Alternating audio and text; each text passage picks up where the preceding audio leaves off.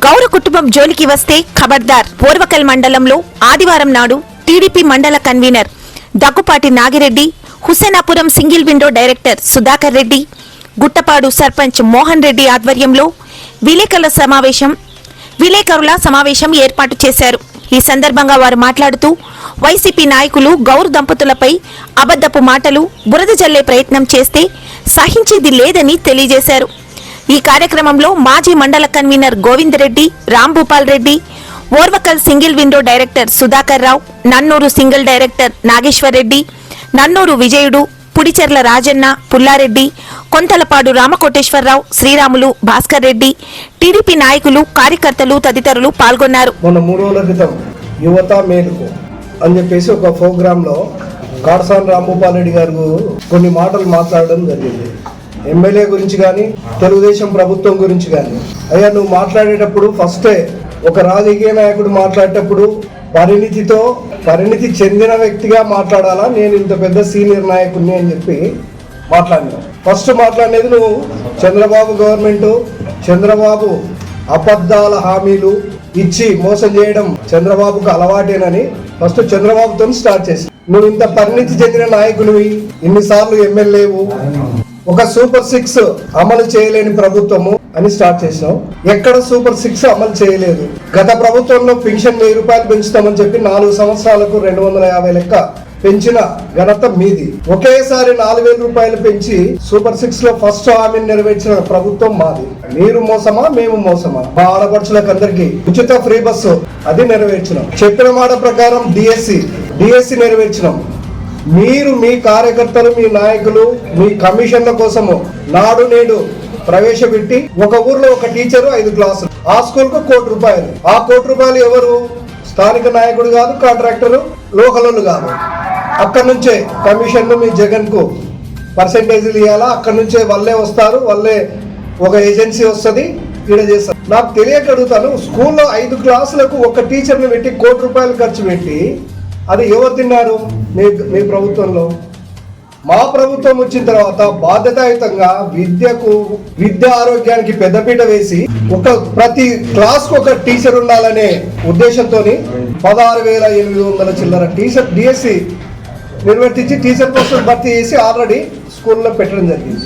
అహర్నిశలు కష్టపడి చంద్రబాబు నాయుడు మీ ముఖ్యమంత్రి మాదిరి పరదాలు కట్టుకొని తిరగలేదు. అనునిత్యం ప్రజల్లో ఉండి ప్రతి నెల పెన్షన్ కార్యక్రమం కానీ, మధ్యాహ్న భోజనం కానీ, ప్రతి నెల స్కూల్ విజిట్ కానీ, స్కూళ్ళల్లో విద్యార్థులతో కూర్చొని భోజనాలు చేసి వాళ్ళ ప్లేట్లు వాళ్ళు తీసే సంస్కృతి మాది. భూపాల్ రెడ్డి గారు, నువ్వు మా ప్రభుత్వాన్ని గురించి విమర్శించే నీ దగ్గర అంత పరిణితి చెందలా. నువ్వు రాజకీయ నాయకునిగా నువ్వు ఎన్నిసార్లైనా ఎమ్మెల్యే అయిండొచ్చు, అంత పరిజ్ఞానం నీకు లేదు. దయచేసి ఇంకొకసారి మా ప్రభుత్వం గురించి మాట్లాడు.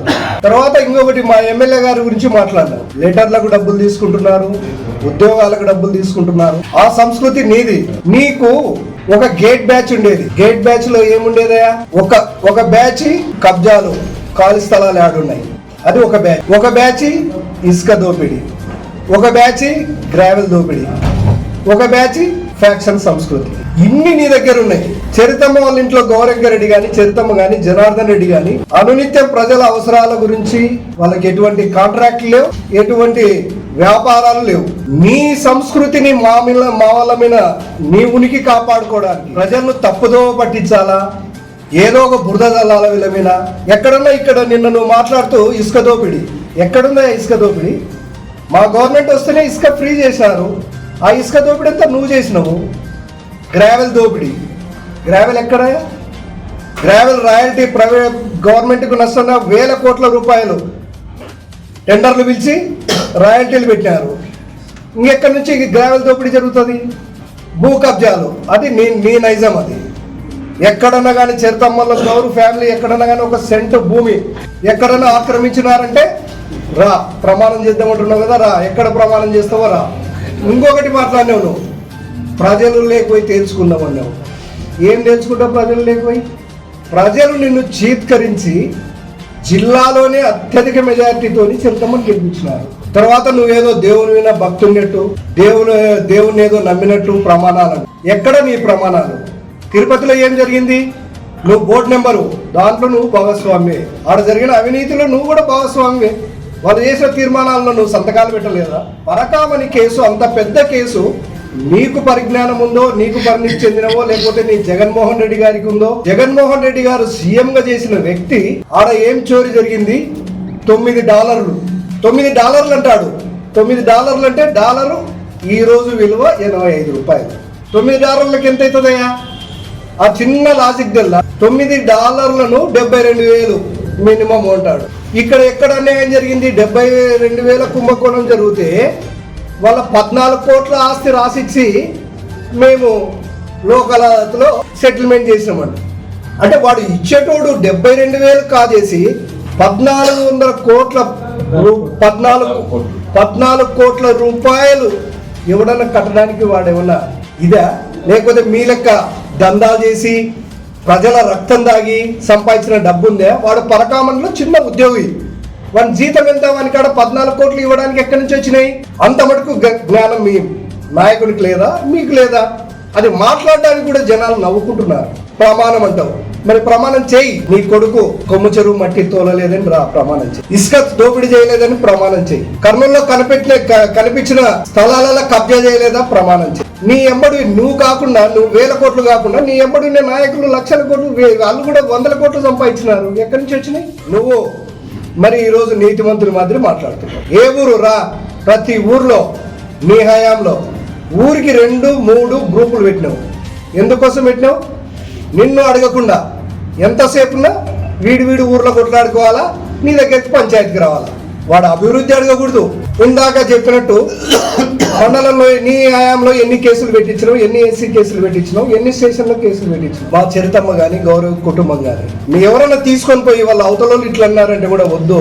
అది మన సంస్కృతి కాదు. భూపాల్ రెడ్డి ఆ సంస్కృతిలో ఉండేందుకనే చీకొట్టినారు మనల్ని ఇంత భారీ మెజారిటీతో. ఎంతసేపునా మీరు డెవలప్మెంట్ గురించి తీసుకురండి, మీ స్వలాభం కోసం ఏమి కానీ తీసుకురావద్దని చెప్పడం జరుగుతాం. సీఎం రిలీఫ్ ఫండ్ అవతలలో లేదు, ఇవతలలో లేరు.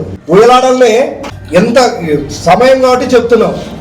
మీ ముఖ్య అనుచరుడు భాస్కర్ రెడ్డి నీకు ఓట్లు వేసినాడు, నీతో ఎలక్షన్ లో తిరిగినాడు. ఆయన హాస్పిటల్లో పడితే హైదరాబాద్ లో ఇది వస్తే నాగేశ్వరరెడ్డి ఉన్న ద్వారానే ఎమ్మెల్యే స్వతహా తీసుకొని పోయి సీఎం తోని రిలీఫ్ ఫండ్ తీసుకొచ్చి చెక్కులు ఇవ్వడం జరిగింది. నీకు అంత పెద్ద బుద్ధి నీకుందా అని నేను ఈరోజు పత్రికాముఖంగా అడుగుతున్నాను. ఎంతసేపు అవతలని సంపాలా, కొట్టాలా, ఆస్తి నష్టమన జరగాల, వాడిని ఎటువంటి ఇబ్బంది పెట్టాలా అనే సంస్కృతి నీది. గౌరవ కుటుంబము ఆ సంస్కృతి కాదు. నువ్వు ప్రమాణాలు ఎక్కడ ప్రమాణం చేస్తావు? నువ్వు ఇవి కబ్జా చేసినావు నాయనా, రానైనా నువ్వు చర్చకు రా, ప్రమాణానికి రా, పిలిచినాము ఆ రోజు తప్పించుకుంటావు. ఏదో జనాన్ని రెచ్చగొట్టనీకే ఏదో మాట్లాడాలా, మా మీద బురద చల్లాలా అని. అది తప్ప మీ దగ్గర ఇంకా వేరే ఇది లేదు. యువత మేలుకొని యువతను రెచ్చగొట్టి, ఎందుకంటే మీకు ఇంకా లేదు భవిష్యత్తు. నేను ఇంకొక 10 సార్లు ప్రయత్నం చేశా కానీ పాణ్యంలో నేను పాణ్యం ప్రజలు నిన్ను అడుగు పెట్టనియరు, నీకు ఓటేసే పరిస్థితి లేరు. ఎందుకంటే ప్రత్యక్షంగా చూస్తున్నారు. రైతులకు ఉద్ధరించిన నేను ఎప్పుడో ఎస్ఆర్బీసీలో పాత పాట, అది ఎస్ఆర్బీసీలో నువ్వు కమిషన్లు తిన్నందుకే నిన్ను ఓడగొట్టినారు, పదే చెప్తున్నావు. మరి ఈరోజు ఎందుకు ఓడగొట్టినారా అంటే, నువ్వు ఈరోజు భిన్నాపురము కోలార్లో 100 ఎకరాలు అంత బినామీలు బనాన్పల్లె నీ గేట్ బ్యాచ్, అందుకని మళ్ళీ ఈ రోజు ఓడగొట్టినారు. నువ్వు అది చెప్పకుండా నన్ను ఆ రోజు ఓడగొట్టినారు, మళ్ళీ ఈ రోజు ఎందుకు ఓడగొట్టినారు? ఈ రోజు ఓడగొట్టేది కూడా నువ్వు తెలుసుకో. నువ్వు ఎన్ని కుటుంబాలను ఊసురు అనిపించినావో ఆ ఊసురంతా నీకు కొట్టుకొని నా జిల్లాలోనే అత్యధిక మెజార్టీతో ఓడిపోయినావు. ఇంకొకటి చెప్తున్నావు, నిన్న మీటింగ్లో ప్రజల్లోకి రాండి తేల్చుకుందాం అంటున్నావు. రా, రేపు వస్తాయి ఎలక్షన్స్, స్థానిక సంస్థల ఎలక్షన్స్ వస్తాయి, రా, వచ్చి తేల్చుకో. మేము కూడా రెడీగా ఉన్నాము. మేము ఇంత అభివృద్ధి చేసినాము. మా government Chandrababu Naidu NDA government రాత్రి మగలు శ్రమించి అంధపాతాళంలో ఉన్న రాష్ట్రాన్ని ఈరోజు అగ్రగామిగా నిలపడానికి రాత్రి మగలు కృషి చేస్తున్నారు. ప్రజలందరూ గమనిస్తున్నారు. కళ్ళకు కట్టినట్టు కనిపిస్తుంది అభివృద్ధి. ప్రతి ఊర్లో సిమెంట్ రోడ్లు అయితేనేమి, ప్రతి ఒక్కరికి సంక్షేమం అయితేనేమి, ప్రతి ఇంట్లో తల్లికి వందనం అయితేనేమి, ఎంతమంది పిల్లలు ఉంటే అంతమంది తల్లి వందనం, ప్రతి ఆడపడుచు ఫ్రీ బస్సు, ప్రతి స్కూల్కి పోయే విద్యార్థికి మంచి బ్యాగులు, మంచి షూస్. మీ ప్రభుత్వంలో కనీసం చిన్న పిల్లలకు నీ ఇంట్లో ఏం తింటున్నావు భూపాల్ రెడ్డి గారు? సన్న బియ్యం తింటున్నావు, షుగర్ అని కొర్ర బియ్యం తింటున్నావు నీ ఆరోగ్యం కోసం. చిన్నపిల్లలకి ఏం పెట్టినారా మీ గవర్నమెంట్లో? లావన్నం పెట్టారు. ఊర్లో బొరుగులకు అమ్ముకునే బియ్యము దాంతో వంట చేసి పెట్టినారు. అది తిన్నాక ఇంటికి వచ్చి పిల్లలు ఉపవాసం ఉండి ఇంటికి వచ్చి తిన్నారు. ఈరోజు పరిస్థితి, ఈరోజు సన్న బియ్యంతో వంట చేస్తున్నారు. నిత్యం దాని మీద పర్యవేక్షిస్తున్నారు. ఇంత అభివృద్ధి చేసి మీకు దిక్కుతోచక మీ ఉనికి కాపాడుకోవడానికి ఈ తప్పుడు మానుకోవాలని చెప్తున్నాను. మీరు భయపిస్తే భయపడేవాళ్ళు ఎవరు లేరు. నీ కొడుకు చెప్తాడు, మీరు ఒక ఇంత చేస్తే మేము 10 ఇంతలు చేస్తాము. చేస్తావు నువ్వు, మాకు తెలుసునైనా మీరు చేస్తారు. మీరు బనాన పల్లెలు ఏమైనా చేస్తారు. మీ సంస్కృతి అది. మీరు పుట్టినదే దాంట్లో నుంచి. అందరూ మా నాయకుడు ఉన్నాడు గౌరీ జనార్దన్ రెడ్డి, పెన్ను బట్టి ఈరోజు పెద్ద డిగ్రీలు చేసి ఉద్యోగాలు చేస్తున్నాడు. నువ్వు పెన్ను పట్టే టైంలో గన్ను పక్కన పెట్టుకున్నావు. గన్ను పక్కన పెట్టుకొని పరీక్షలు రాసిన టీచర్లను భయపించి తెలియదా? అందరికీ తెలుసు. కానీ చట్టం ముందు మీలాంటి కాలసపడికి భయపడేది లేదు. మీరు భయపిస్తామన్నా ఈ ఎన్డీఏ గవర్నమెంట్లో మిమ్మల్ని ఎక్కడ ఉంచాలో అక్కడ ఉంచుతారు. కాబట్టి ఇంకొకసారి గౌరవ కుటుంబాన్ని గురించి మాట్లాడే అర్హత మీకు లేదు. ఇంకా మీ జీవితంలో కూడా వాళ్ళను రాజకీయంగా ఎదుర్కోలేరని చెప్పేసి మనవి చేసుకుంటూ ఈ అవకాశం ఇచ్చినటువంటి మీ అందరికీ. మట్టి దొరుకుతుంటే 500 రూపాయలు తీసుకుంటున్నారు కమిషన్ అని చెప్పేసి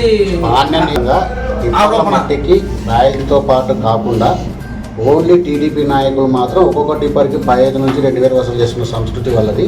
భూ కబ్జా అని అంటున్నారు. మీరు భూ కబ్జా నిరూపిస్తే మేము దాన్ని ఏదైనా ప్రమాణం చేస్తాము. వాళ్ళు దాచుకుంటున్నారు అవి చెప్పడం లేదని వాళ్ళ ఆరోపణలు. దాని మీద లేదు. అంటే మీరు ఒక టిప్పర్ మీద 15 నుంచి 2000 వసూలు చేస్తున్నారని మాట. ఇప్పుడు నాకు తెలియక ఒకటి భూపాల్ రెడ్డి గారిని అడుగుతున్నాను. ఇది ఒక ఏజెన్సీకి అప్పచెప్పినారు, ప్రైవేట్ ఏజెన్సీకి. వాడు కోట్లు, 100 కోట్లు దాని నుంచి రాయల్టీలు టెండర్స్ వేసి, మీరు చూసినారో లేనో, ప్రతి గ్రావెల్ క్వారీ దగ్గర, ప్రతి క్రషర్ దగ్గర వాళ్ళ ఒక ఈ చెక్ పోస్ట్ పెట్టుకొని నిత్యం పర్యవేక్షించి ఇది చేస్తున్నారు. ఇంకా గ్రావెల్ కు దోపిడీ అనేది ఎక్కడ ఉంది? మాత్రమే కంకర కాదు, గ్రావెల్ కు 1650 రూపాయలు రాయల్టీ ఒక టిప్పర్ కు. ప్రతి క్వారీ దగ్గర అంత నిత్య పర్యవేక్షణ జరుగుతుంది. చంద్రబాబు నాయుడు జగన్ గవర్నమెంట్ లో జరుగుతుంది, కానీ చంద్రబాబు నాయుడు గవర్నమెంట్ లో అటువంటి దానికి ఆస్కారమే లేదు. గత ప్రభుత్వంలో సార్ రాయల్టీ లేదన్నారు కదా సార్. అప్పుడు కొందరు టిప్పర్లు సుంకాన్ని అనేక తగ్గడం వల్ల టిప్పర్లు కూడా ఉన్నాయి, రాయల్టీ లేదు. ఈ ప్రభుత్వం రాయల్టీ పెట్టడం వల్ల చాలా ఇబ్బంది పడుతున్నారు కదా. ఒక్క నిమిషము, గత ప్రభుత్వంలో రాయల్టీ లేదు, దోపిడీ ఉంది. ఎక్కడ రాయల్టీ? ఇప్పుడు సామాన్య ప్రజలకు ఇబ్బంది కలగకుండా మనకి ఏదైతే సామాన్య ప్రజలకు ఇసుక కావాలా, ఒక ఇల్లు కట్టుకోవాలంటే గ్రావెల్తో పని లేదే. గ్రావెల్ ఎవరికి కావాలా? పెత్తందారులకు కావాలా, కాంట్రాక్టర్లకు కావాలా, లేకపోతే నాయకులకు దోచుకోవడానికి కావాలా? దాన్ని నియంత్రించినారు తప్ప ఉచిత ఇసుక నియంత్రించలేదే. సంక్షేమ పథకాలన్నీ నడచాలంటే ఇది కావాల్సిందే కదా.